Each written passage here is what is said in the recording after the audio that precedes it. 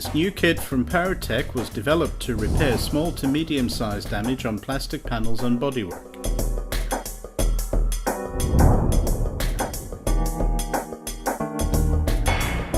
First, identify the type of plastic. PP means polypropylene. Remove the paint to reveal the bare plastic.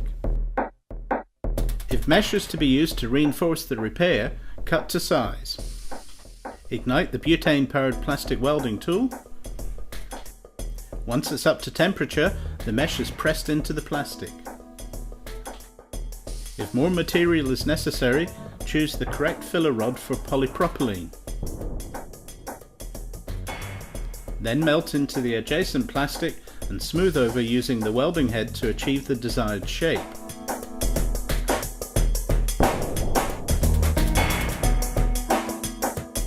The repair is then sanded down to continue with the preparation and painting.